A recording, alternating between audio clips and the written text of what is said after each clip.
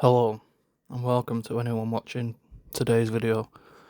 I thought I would put together a little something on Halo Campaign Evolved, since I have been a massive fan of the franchise since the first game when it was released way back in 2001. Now, I love most of the games, like Halo, Halo 2, Halo ODST, Halo 3, Halo Reach, and Halo 4. I was also quite fond of Halo Wars for a period of time as well. But in my opinion, it kind of fell off after that.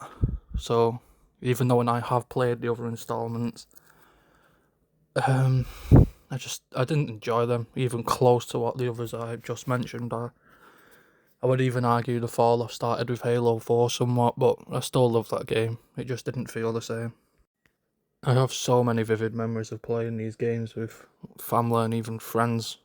Like Halo 3 multiplayer as a kid. At the time, it really revolutionised online multiplayer gaming for FPS games, along with Call of Duty Modern Warfare 4, sorry.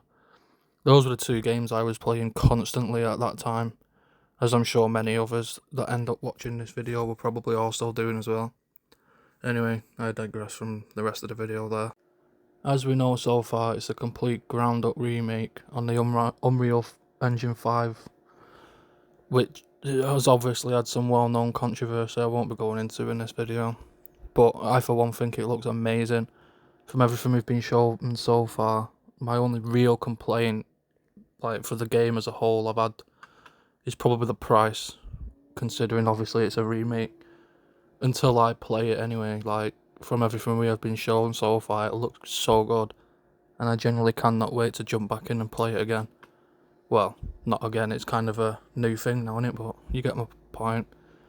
We also now know it will have 3 brand new prequel missions, including space combat, up to 4-player combat, and I think at least 9 new weapons have been confirmed.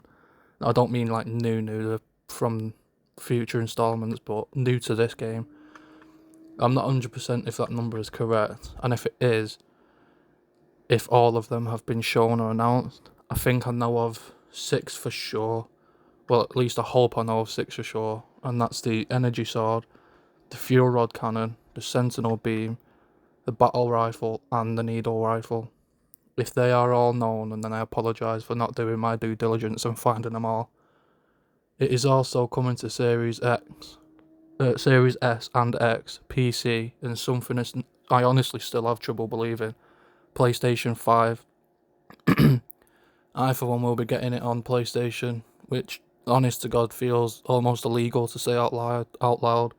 Never mind to actually go and play it on PlayStation. For some reason, I don't know, playing it on PlayStation is a big appeal for me.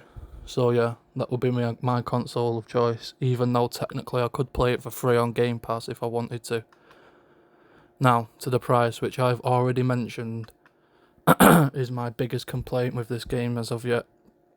It will run you $49.99, both in British sterling pounds or US dollars, and that's just for the standard edition.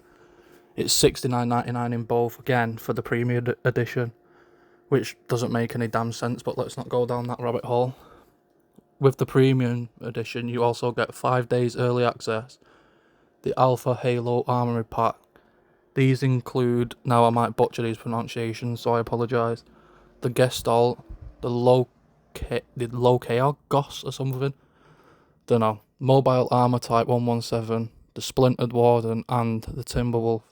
You also get weapon skins which match the armour pretty well, I think, a digital art book, and the Halo Hungry Buzzard short story. There is also new gameplay mechanics that I for one welcome gladly, and even though there has been backlash from some of the fan base, which personally I think is very stupid, but that's just my opinion.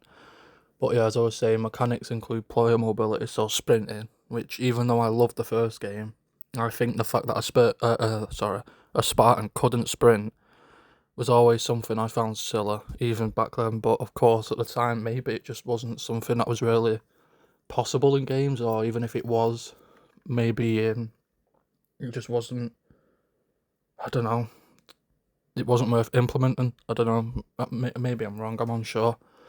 But other mechanics added are vehicle hijacking and being able to pilot wraiths, which could make some parts of the game a little easier if you can manage to grab onto one. Warthog upgrades are also a thing, which is now added a seat on the rear bumper, allowing for 4 people. Obviously that'll be handy in co-op if you can't manage to grab multiple vehicles for some reason, or just want to tear around in the Warthog, committing many hit and runs on the Covenant, which could be fun. There's also a sandbox expansion that of course includes the before mentioned weapons from the later games. Well, like I've said, not brand new, just from the later games. And also a campaign remix mode, which is a brand new mode that mixes gameplay modifiers, schools, which they're more commonly referred to, and also mixes enemy placements and even enemy types to like brutes, which weren't included in the first release. Obviously, which is pretty cool because it can create really replayable and dynamic encounters. Also, speaking of schools, earlier, there are now a huge number of 42 total instead of the original, which is about a dozen or so, I think, in the first release. Anyway, I think that's about as much as I know, if I'm being honest. I looked around online for a good while before making this video to find as much info as I can that's been confirmed. So I apologise if I've missed some things. But yeah, that's going to be it for today's video. I hope you enjoyed watching it, and please give the video a like, maybe even a cheeky share. And also, if you could, subscribe to the channel, it would mean a great deal to me. Thank you.